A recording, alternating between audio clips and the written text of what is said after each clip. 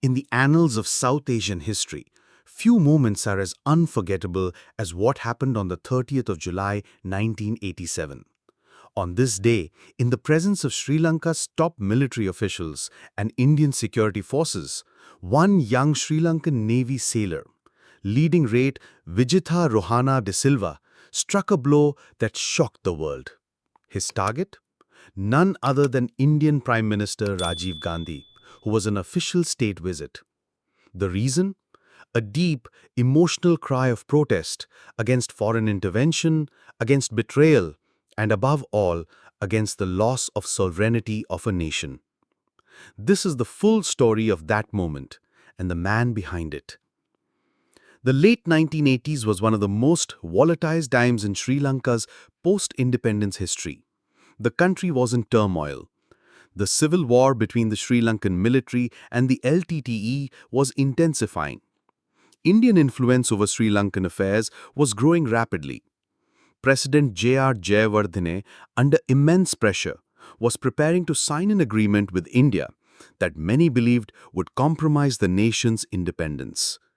This agreement, known as the Indo-Sri Lanka Peace Accord, was signed on July 29, 1987. As part of this accord, Indian Peacekeeping Forces, or IPKF, would enter Sri Lanka to disarm the Tamil Tigers. While this was framed as a peace move, many Sri Lankans saw it as an invasion, a direct violation of national sovereignty.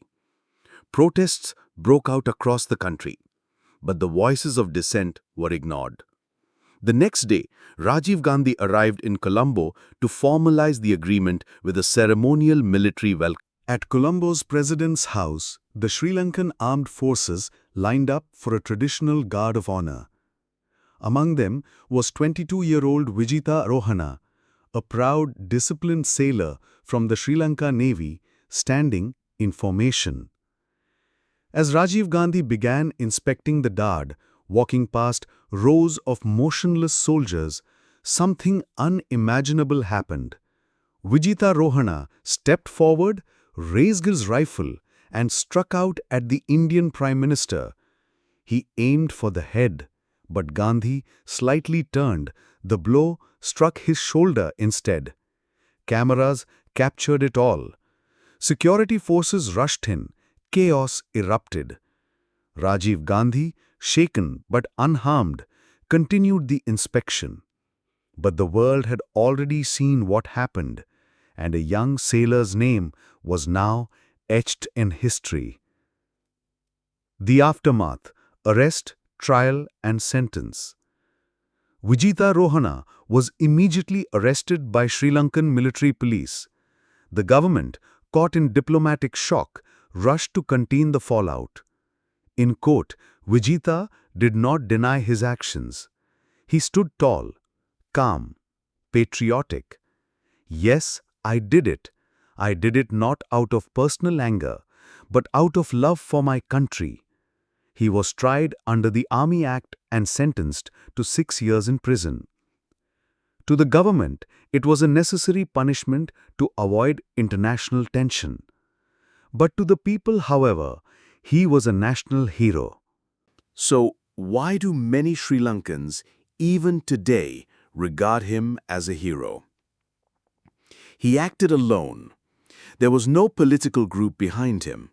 His action came from deep personal conviction. He expressed the will of the people.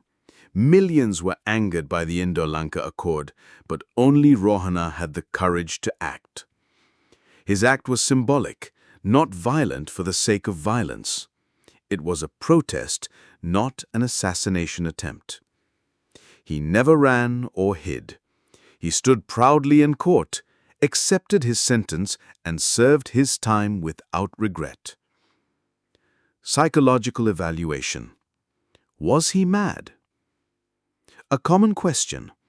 Was he insane? The answer is no. Psychiatrists who evaluated him found him to be fully mentally sound. He wasn't radical. He wasn't under any command. He wasn't seeking fame. He was simply a patriot pushed to the edge by what he felt was a betrayal of his homeland. He said after the incident, "They say I broke military discipline, but what about the discipline of the country? What about our pride? Is a soldier not supposed to protect his nation?" His words hit home. For many, he was more than a sailor. He was the conscience of the people. While international media portrayed it as a scandal, Sri Lankan public sentiment was very different. Posters and graffiti praised him. People sent letters of support to his prison. Students, monks, and ordinary citizens called him a national treasure. Even years later, he remained a symbol of resistance. After serving his time, Vijitha Rohana was released. But he didn't become a politician, nor did he seek attention. He lived quietly, occasionally speaking in public, always standing by his beliefs. In interviews, he expressed no regret. "I did what I thought was right. Even now, I would do the same if it means protecting my country." Vijitha Rohana's action changed nothing in terms of policy. The Indo-Lanka Accord went ahead. IPKF landed in Sri Lanka. But his single act woke up a sleeping nation. It reminded the people that bravery still lived, that national pride wasn't dead, that even one man, even a sailor, could challenge giants. Patriot or criminal? History may call him many things: a radical, a rogue soldier, a disgrace to diplomacy.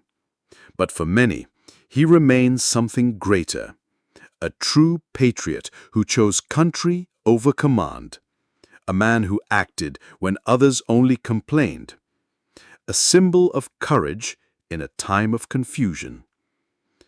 Vijitha Rohana is not honored in textbooks. He doesn't have statues. No street bears his name.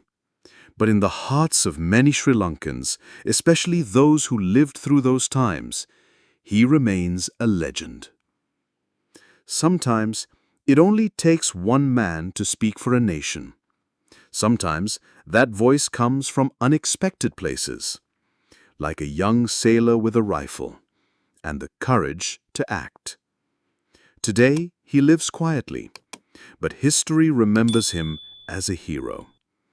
Like, comment, and subscribe for more stories like this. See you in the next video.